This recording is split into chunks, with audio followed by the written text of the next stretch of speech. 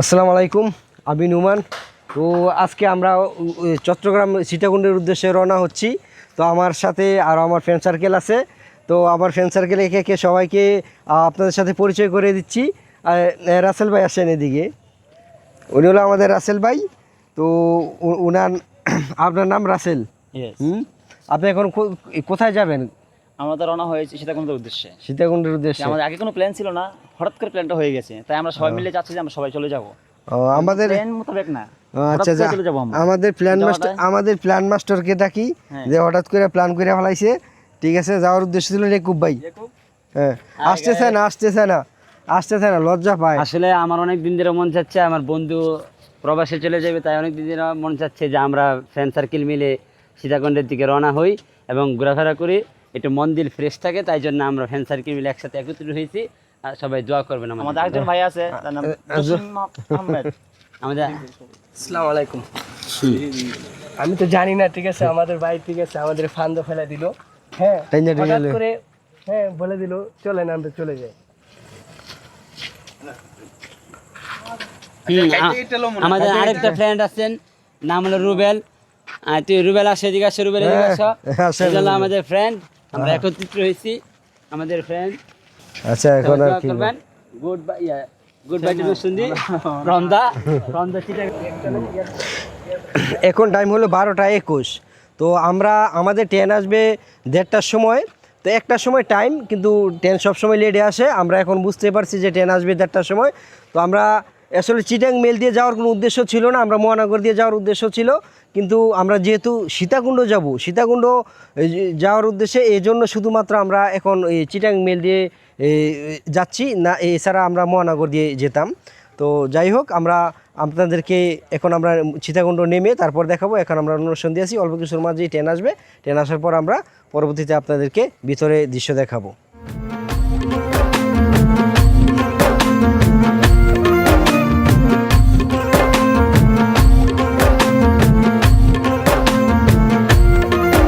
আমি নিজের থেকে বেশি আমি তোরে ভালোবাসি, আমার মোহনের আকাশেতে তুই তারারে ভিনদেশি। ফাইনালি আমরা চলে আসলাম এখন সীতাকুণ্ডে। এখন সময় হলো সকাল 7:20। তো আমরা এখন এখান থেকে ফ্রেশ হয়ে খাওয়া দাওয়া করে আমরা সীতাকুণ্ডে পাহাড়ের উদ্দেশ্যে রওনা হব অল্প কিছুক্ষণের মধ্যেই। তো আপনাদেরকে আমরা এই পাহাড়ের দৃশ্য সব কিছু দেখাবো, আমাদের সাথে থাকবেন। রিজার্ভ দিয়েছি এখান থেকে সীতাকুণ্ড থেকে জনপ্রতি মাত্র 20 টাকা করে সীতাকুণ্ড পাহাড়ে। তো আমরা এখন সিএনজিতে চড়তেছি।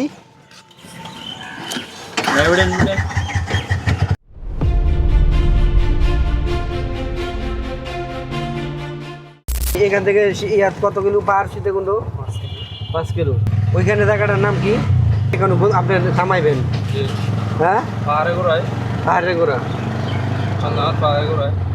চন্দ্রনাথ পাহাড়ে ঘোরা। হ্যাঁ,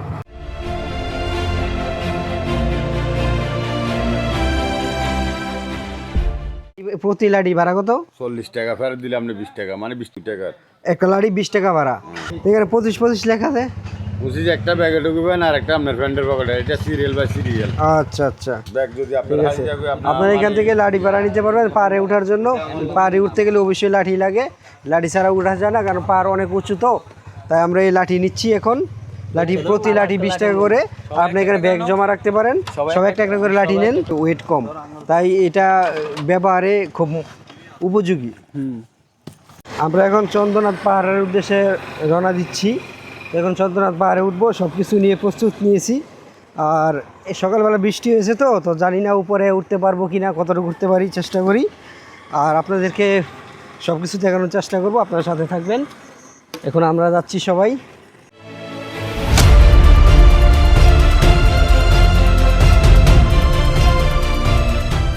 আমরা এখন চলে আসলাম, এখন পাহাড়ে উঠতেছি। তো পাহাড়ে ওঠার মাঝপথেই এই যে শ্রী শ্রী সীতা মন্দির পরে। তো এটা আপনাদের দেখতেই পাচ্ছেন, কিন্তু এটা এই রাস্তা থেকে অনেক নিচে, মিনিমাম 30 হাত নিচে দেখা যাচ্ছে, প্রচুর নিচে। তো আমরা এখন একটু রেস্ট করে আমরা আবার উপরে ওঠা শুরু করব। আচ্ছা,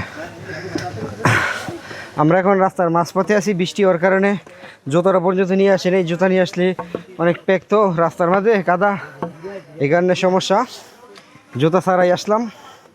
আর উপরে উঠতে খুবই সমস্যা হচ্ছে, স্লিপ করতেছে বারবার। আর আপনারা দেখতে পাচ্ছেন কত ভয়ঙ্কর দৃশ্য।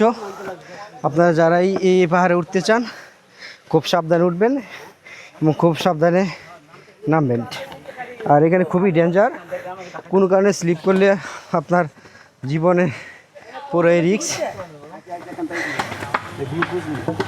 মাশাআল্লাহ, অপরূপ সৌন্দর্য, আল্লাহর কত সুন্দর সৃষ্টি আপনারা দেখতে পাচ্ছেন। অবশ্যই আপনারা ভ্রমণ করবেন, দেখবেন।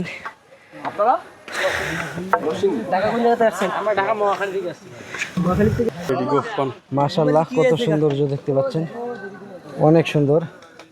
আপনারা দেখুন পাহাড়ও কত সৌন্দর্য, আল্লাহর নিয়ামত, কত সুন্দর সৃষ্টি, কত ভয়ঙ্কর দৃশ্য দেখুন, দেখতেই পাচ্ছেন। ওঠাটা কতটুক ভয়ঙ্কর রাস্তা, দেখুন কতটুক ভয়ঙ্কর রাস্তা, কত পানি কাদা, কত রিক্সের মাঝে মানুষ উঠতেছে সৌন্দর্য উপভোগ করার জন্য শুধুমাত্র। অনেক ভয়ঙ্কর, তার মাঝে বৃষ্টি হয়েছে, স্লিপ করতেছে রাস্তা। দেখুন আপনারা, মানুষ কত রিস্ক নিয়ে শুধু ভ্রমণ করে সৌন্দর্য উপভোগ করার জন্য।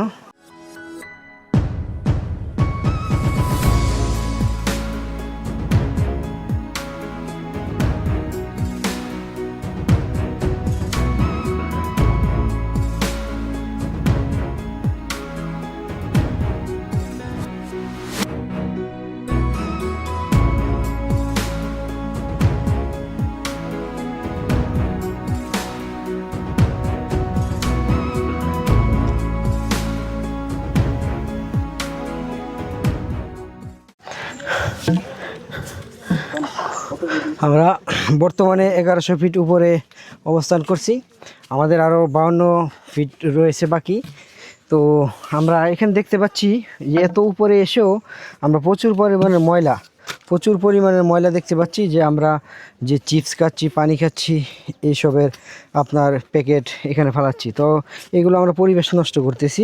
তো আমরা নিজ দায়িত্বে, আমরা পর্যটন এলাকা নিজেরা পরিষ্কার রাখতে হবে, এখানে কোনো পরিষ্কারের লোক নেই। তাই সবাই নিজে সচেতন হবেন, যেখানে সেখানে ময়লা ফেলবেন না, এগুলো পরিবেশ দূষণ। নিজেও সচেতন হবেন, অন্যকেও সচেতন করবেন, কারণ এগুলোতে আমাদের পরিবেশের মারাত্মক ক্ষতি। আপনারা জানেনই যে প্লাস্টিক পরিবেশ দূষণ করে। আর সবাই দেখেন মাশাআল্লাহ, কত সুন্দর একটি ভিউ, মাশাআল্লাহ। দেখুন কত সুন্দর, অনেক 1100 ফিট উপর থেকে ভিউটা কেমন দেখাচ্ছে দেখুন। আমরা প্রায় এখন 1100 ফিট উপরে আছি। 1100 ফিট উপর থেকে কত সুন্দর দেখাচ্ছে মাশাআল্লাহ। যেমন আমরা বিমান থেকে, প্লেন থেকে দেখলে যেমন ভিউ, সত্যি ঠিক তেমন ভিউ এখন দেখা যাচ্ছে। তো আমরা আরও বাকি রয়েছে, উঠি, আপনারা আমাদের সাথে থাকেন, ভিডিও দেখুন।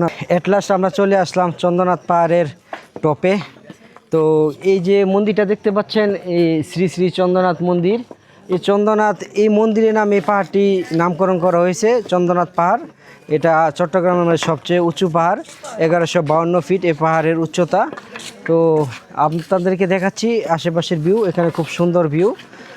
আপনি আমাদের সাথে যারা আছে তারা আমরা একসাথে খুব কষ্ট করে উপরে এসেছি, খুব কষ্ট হয়েছে। আপনারা যারা আসবেন খুব সাবধানে আসবেন, এখানে খুব রিস্কি জায়গা। দেখতে পাচ্ছেন 1152 ফিট থেকে কেমন দেখায় এই যে এলাকাটা, সীতাকুণ্ড, এই সীতাকুণ্ড এলাকা এটা। আর সীতাকুণ্ডের মাঝে আপনার এই চন্দ্রনাথ পাহাড়। এই যে মাঝপথে আরেকটি মন্দির দেখতে পাচ্ছেন, ওটা একটা ছোট মন্দির, এটা মাঝপথে। তো এখানে তো জানেনই, এখানে অনেক উচ্চতা, 1152 ফিট, 350 মিটার। তো এখান থেকে আসলে দৃশ্যটা খুবই সুন্দর লাগে। আপনারা অবশ্যই ঘুরতে এখানে আসবেন, খুব সৌন্দর্য উপভোগ করবেন। আজকের মতো ভিডিওটি এখানেই শেষ করলাম। এখনও যারা আমার ইউটিউব চ্যানেলটি সাবস্ক্রাইব করে নাই, অবশ্যই সাবস্ক্রাইব করে রাখবেন। আর দেখা হবে নতুন কোনো ভিডিওতে। আর এখনও যারা লাইক কমেন্ট শেয়ার করেন না, অবশ্যই লাইক কমেন্ট শেয়ার করবেন। আর সবসময় আমার পাশে থাকবেন। সবাই ভালো থাকবেন, সুস্থ থাকবেন। আল্লাহ হাফেজ।